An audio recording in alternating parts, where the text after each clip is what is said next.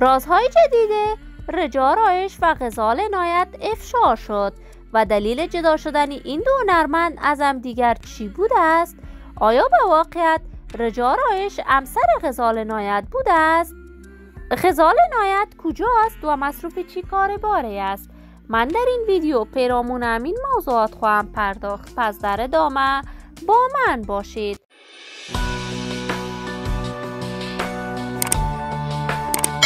سلام، شما را خوش آمدید میگم به یکی دیگر از ویدیوهای جذاب کانال دنیا اینفو. برای حمایت از من علامت سابسکرایب را فشار دهید تا از ویدیوهای دیگر کانال من هم آگاه شوید.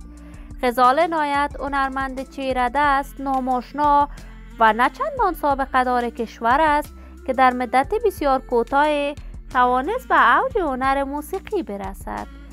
غزال عنایت در اصل از ولایت زیبای لغمان می باشد. وی در کابل بانک کار می کرد و در آن زمان به طور پنهانی با استاد نظیر خارا کارهای هنری خود را به پیش می برد و چندین آهنگ دوگانه با نظیر خارا ثبت کرد که در آن زمان مورد حمایت و تشویق فراوان علاقمندان و طرفدارانشان قرار گرفت.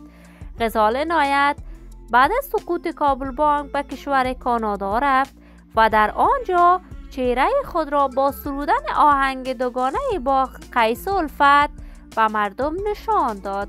غزال نه تنها هنرمند خانواده‌اش می باشد بلکه دو خواهر دیگرش هم چندین آهنگ به لسانهای شیرین دری و پشتو ثبت کرده است. غزال عنایت همسر اول رجا رایش می باشد و از رجا رایش دارای یک فرزند می باشد، ولی غزال عنایت تا کنون در هیچ رسانه اجتماعی بیان نکرده است همسر رجا رایش می باشد. رجا رایش هم از جمله هنرمندان خوب، ناماشنا و موفق کشور ماست که آهنگ‌های بیشماری برای علاقمندانش ثبت و نشر کرده است. ولی به هر صورت ما آرزوی موفقیت، سلامتی و کامیابی برای تمامی هنرمندان کشور خود داریم.